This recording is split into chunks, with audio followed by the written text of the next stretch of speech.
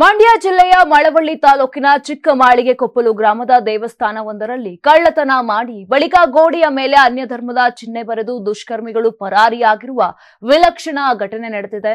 ಬುಧವಾರ ರಾತ್ರಿ ದುಷ್ಕರ್ಮಿಗಳು ಚಿಕ್ಕಮಾಳಿಗೆ ಕೊಪ್ಪಲು ಗ್ರಾಮದ ಏಳೂರಮ್ಮ ದೇವಸ್ಥಾನಕ್ಕೆ ನುಗ್ಗಿದ್ದಾರೆ.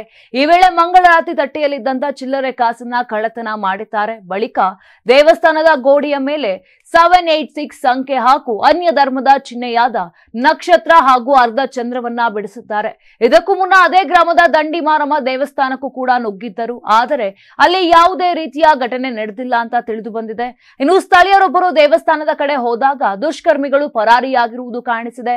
ಸದ್ಯ ಪೊಲೀಸರು ಸ್ಥಳಕ್ಕೆ ಭೇಟಿಯನ್ನ ಕೊಟ್ಟು ಪರಿಶೀಲನೆ ಕೂಡ ನಡೆಸಿದ್ದಾರೆ. ನಾನು 86 ಕೆಜಿ ಇದ್ದವಳು 71 ಕೆಜಿ ಬಂದಿದ್ದೀನಿ. ವಯಸ್ಸಾದ್ಮೇಲೆ ಸ್ಮಾರ್ಟ್ ಆಗಿ ಕಾಣ್ತೀರಾ ಅಂದ್ರೆ ಜಿನ್ನಿ. 126 ಕೆಜಿ ವೇಟ್ ಇದ್ದು ನಾವು ಈಗ 114 ಕೆಜಿ ಲೆಕ್ಕ ಬಂದಿದ್ದೀವಿ. ಯಾವುದೇ ಸೈಡ್ ಎಫೆಕ್ಟ್ ಆಗಿಲ್ಲ. 84ರಿಂದ 50 ಕೆಜಿ ಬಂದೆ. ಆಮೇಲೆ ಸಣ್ಣಗೆ ಫಿಟ್ ಆಗಿದ್ದೀನಿ. ಅದಕ್ಕೆ ನಾನು ಯೂಸ್ ಮಾಡ್ತಾ ಇರೋದು ಜೀನಿ ಸ್ಲಿಮ್.